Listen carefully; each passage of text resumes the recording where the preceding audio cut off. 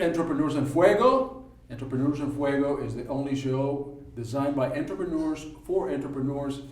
Here, entrepreneurs get naked. Did you know this, Mark? I'm glad to learn that now. We get naked emotionally. Okay. Because what we want to find out is what makes Mark Boundy tick. Tell us a little bit about yourself, Mark. What is that you do?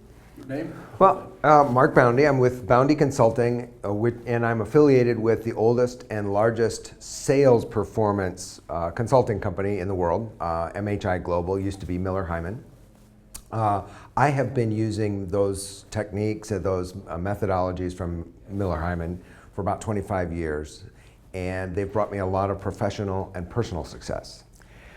And I have been a consultant for the last 4 years or so because I want to share that success with other people. And I want to say something, and this is truly a personal experience, and this show is watched by tens of thousands of people, it's listened by tens of thousands of people, and I want to go on record to say that I have not attended any of your seminars, I have not attended any of the consulting classes that you do, Mark, but I heard you speak for 30 seconds at a networking meeting that we both attended. And those 30 seconds changed my life. And it changed the way that I thought about pricing, which is one of the things, or one of the modules, if you will, that you consult and that you teach people. And it was fascinating because it made me realize in that short period of time, Mark, that I should not be afraid, in my case, to offer a different pricing structure for my membership. And it was, those 30 seconds, Mark, it was a paradigm shift for me. So I can only imagine how much more I could change if I attended one of those seminars that you have. Francisco, that's very kind. But it's the truth. It's actually not the truth because it was 60 seconds. Oh, it's 60 seconds. Who's counting? Price, really value is something I'm really passionate about. Okay. And helping entrepreneurs, helping business owners, helping sales professionals really get at the value their company offers. So many times we will talk to one person at a customer and think of, kind of in the extreme situation, a purchasing agent. Yeah. Their job is to make you feel bad about the value you offer. And in fact, the value you offer to them is very little. The value your service or your product might offer to somebody else in their company is pretty substantial. And I want to help people understand the value. Right. Once you have the value, you need to be compensated for that. You don't need to take all the value for yourself in terms of pricing at up so high that your customer is indifferent whether they're going to take you or something else.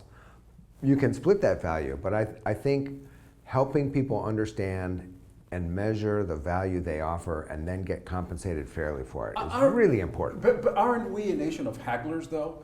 And we always, when we go and buy a car, we expect to bargain for a better price, even if there is value there. How do you deal with that? I mean, from a consumer point of view, obviously, it's heck. You offer me $10,000 for this particular service or car or whatnot, or this product, I'm going to say, hey, I'll pay you $7,000. Yep. And actually, I had a coworker who used to be one of the profit margin managers at a car dealership. And what he said was, don't compare the car that you're negotiating with him with a similar vehicle from a different brand or from a different dealership. Say if you're negotiating for a sports car, say it's either between this and a pickup truck. Yeah. Then they don't understand the value that brings. And that improves your negotiating position because the seller no longer understands the value that they can sell. And a purchasing agent will essentially do a lot of that and tell you you have no additional value or you have no incremental value over anything else. But it's important to really be able to get behind that and have good, frank, honest, win-win discussions with people from a customer so that you can understand value. And once you understand, each of you understands the value there, there's a negotiating range in terms of a fair set of prices, a fair range of prices that the two of you would agree on. And you can start negotiating and haggling within that range, but understanding value helps you really understand and set an accurate range. And that understanding there, then it has to be a factor or a measure of education, right? Because you have to, as the individual, the company that's providing XYZ service or selling this product, you have to be able to educate the client and say, this is why this product is valued as X. Yep, exactly. So more than a sales thing, Yeah. Mark, is more, hey, let me explain why this is why we arrived at this value. Yeah, exactly. I can give you an illustration or an example. Sure. This is from many years ago when I sold cable, electrical cable. Whoa. All right, just talk to me about this. Okay. Do you know what a ribbon cable is? When all the wires are together in a flat band, right? I was the product manager for cable.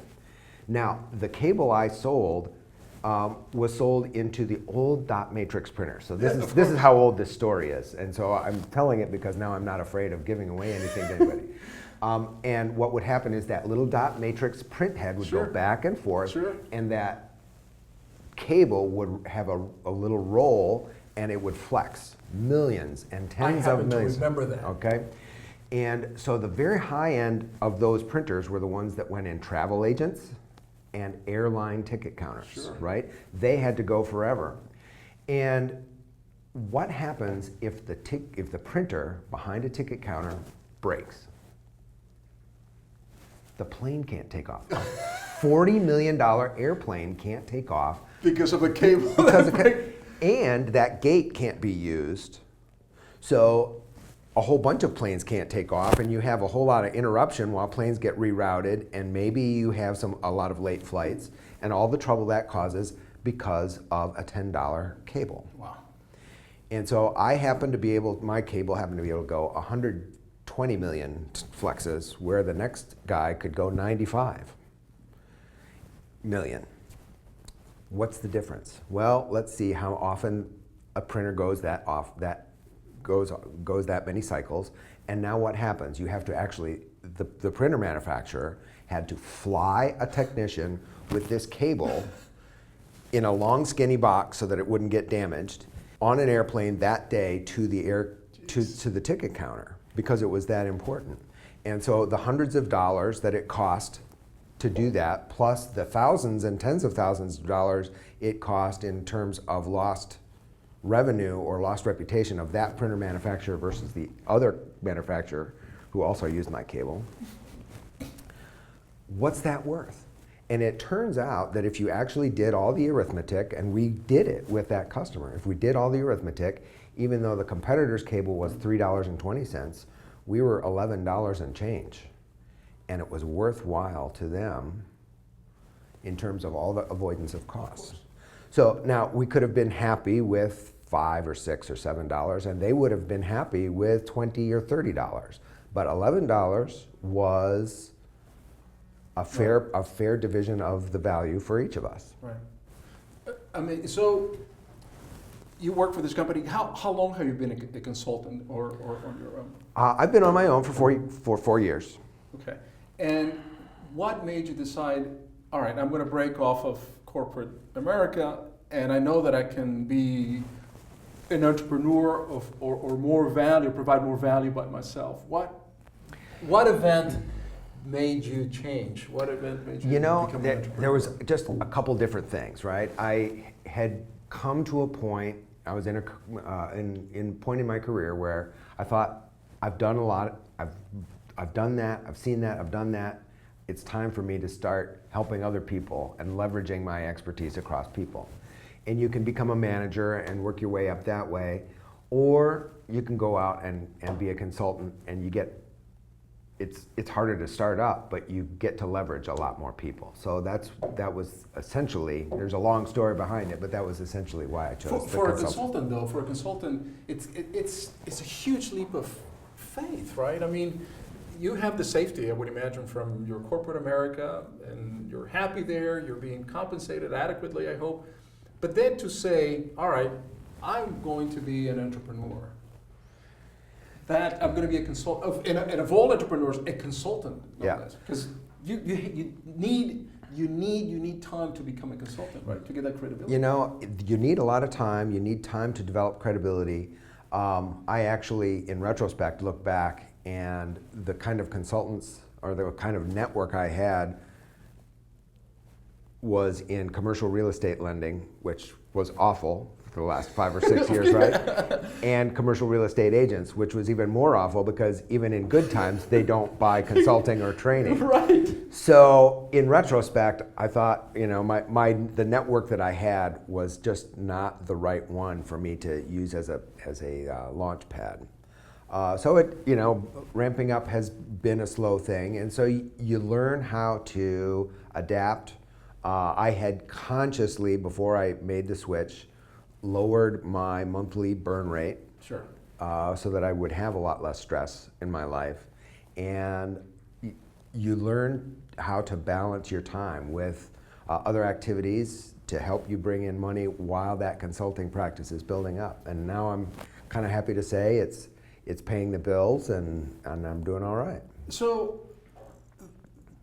for the people that are listening to the show, and they're looking at the show, and they say, we can be, or I want to be like Mark, what advice would you give them? Would you say, drop everything and just follow your dreams? What advice would you give them?